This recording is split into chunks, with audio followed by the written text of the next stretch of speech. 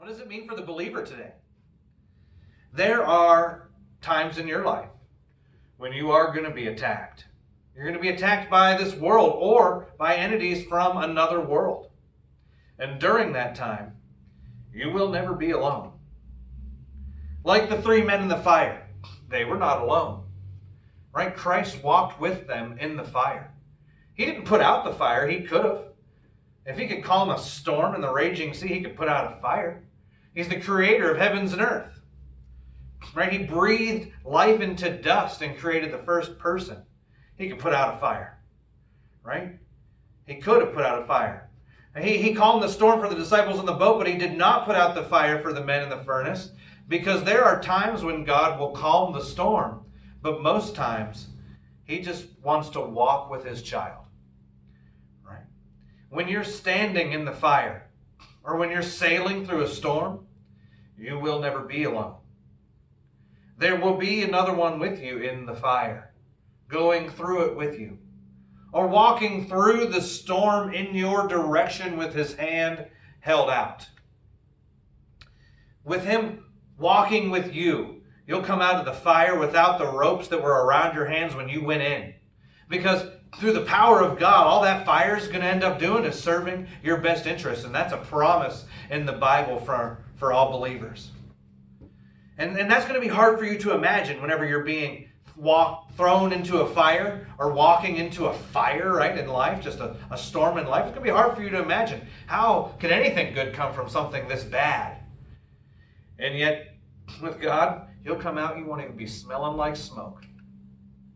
As you sail through the storm, there will be the one who walks out to you, offering to hold the sea back.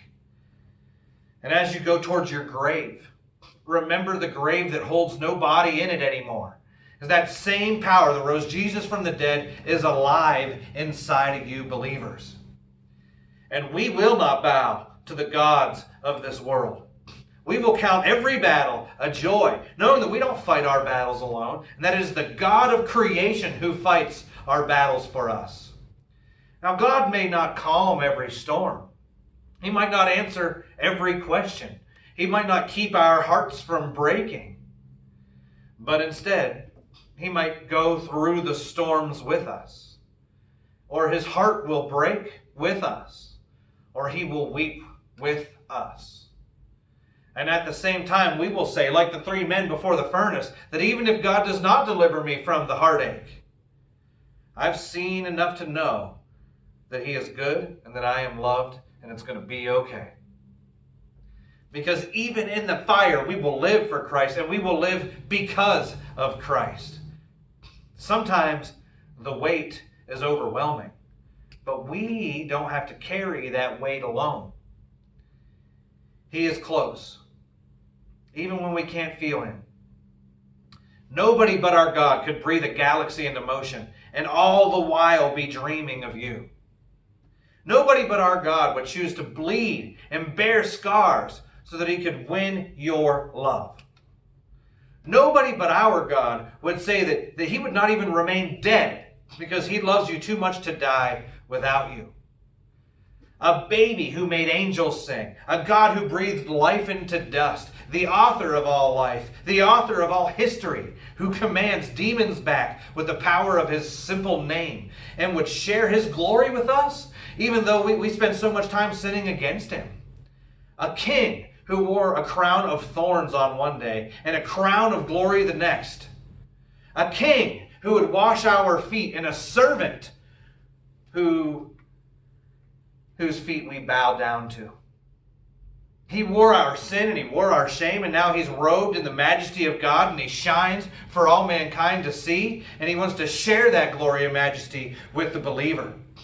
The God who breathed life into dust and took his last breath on the cross, and in doing so breathed life into us. A grave used only for 3 days and was robbed of its death when the occupant came to life. And it is in his name that we live today, God, this just makes me want to pray and worship you right now. My God, you're good. I don't even know what to say sometimes.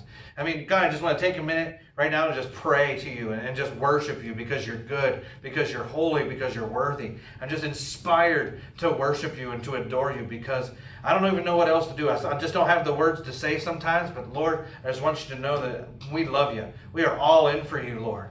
And I want to give you all the glory and honor that's ever come from my life and just point it your way, Lord. And also point praises your way during my struggles.